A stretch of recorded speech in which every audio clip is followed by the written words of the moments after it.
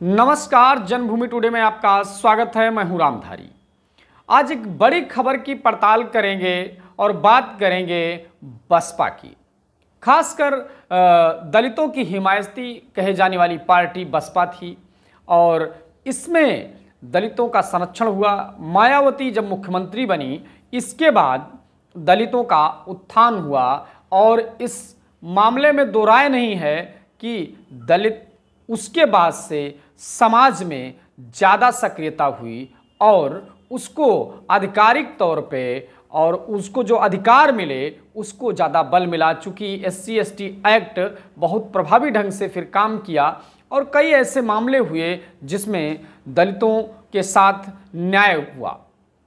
फिलहाल इन सब की बात से अलहदा अगर हम बात करें राजनीतिक तौर पर, तो राजनीतिक तौर पे बसपा इस समय बहुत ही नीचे जा रही है। कह सकते हैं कि अभी 2024 में टोटल जो वोट बैंक है उसका 9% बचा है। वहीं 2019 में उसके 10 सांसद थे और 2014 में भी उसके इस तरीके के बहुत अच्छे परफॉर्मेंस नहीं थे। लेकिन अगर बात करें कि दलित किस तरफ जाएगा, क्या मायावती के साथ में ही रहेगा? चूँकि अगर दलित शिफ्ट हो रहा है तो कहाँ जा रहा है?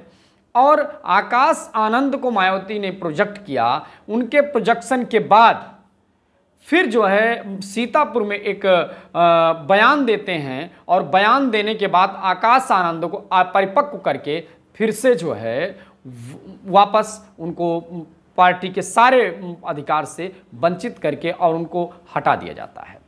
फिर कुछ ही दिन बाद जब चुनाव खत्म होता है तो फिर जो है आकाश आनंद को फिर से नेशनल कोऑर्डिनेटर का पद और फिर एक जिम्मेदारी दी जाती है।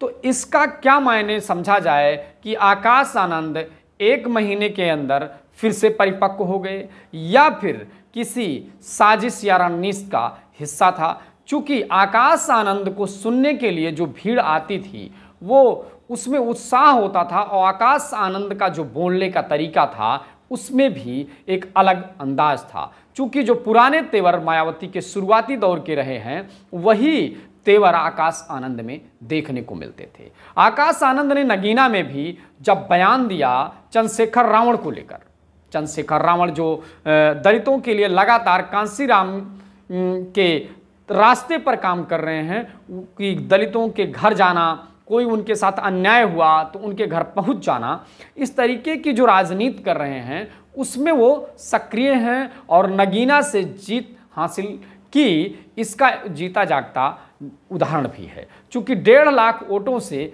जीत जाना ये मामूली बात नहीं थी, चूँकि वो बीजेपी का गढ़ माना जाता था।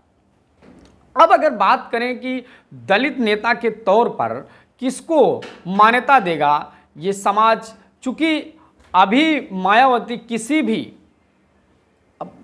इस तरीके की घटना में ना वो बोलना पसंद करती हैं और वहाँ पे जाना तो शायद कई सालों से हुआ है। किसी घटनाक्रम को लेकर आंदोलन करना या वहाँ पे जाना ये बसपा ने कभी नहीं किया है।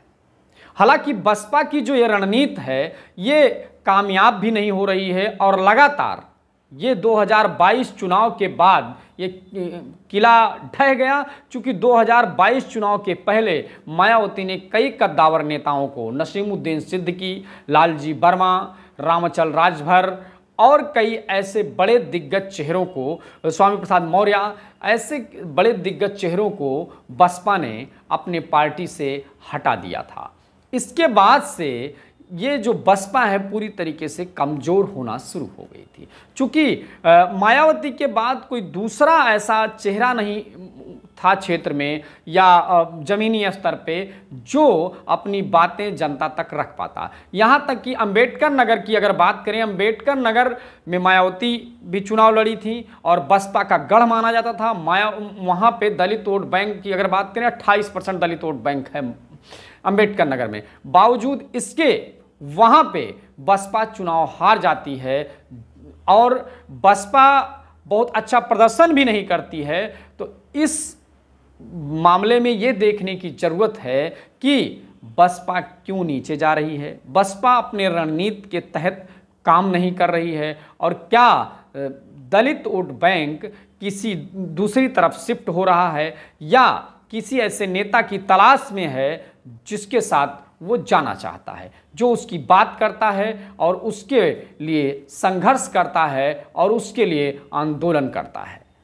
अगर चंद्रशेखर रावण की बात की जाए तो चंद्रशेखर रावण 2015 से लगभग सक्रिय नजर आते हैं और देश के लगभग प्रदेशों में अपने संगठन को उन्होंने खड़ा किया और अपने संगठन के बलबूते वो पहचाने जाते हैं और उनकी जो छवि है वो ये छवि है कि भाई दलितों के साथ में खड़े होना और कहीं उनके साथ अन्याय हो रहा हो तो उसके लिए लड़ाई लड़ने के लिए जाने जाते हैं। तो क्या ये दलित वोट बैंक बसपा के साथ जाएगा? बसपा के साथ जा नहीं रहा है।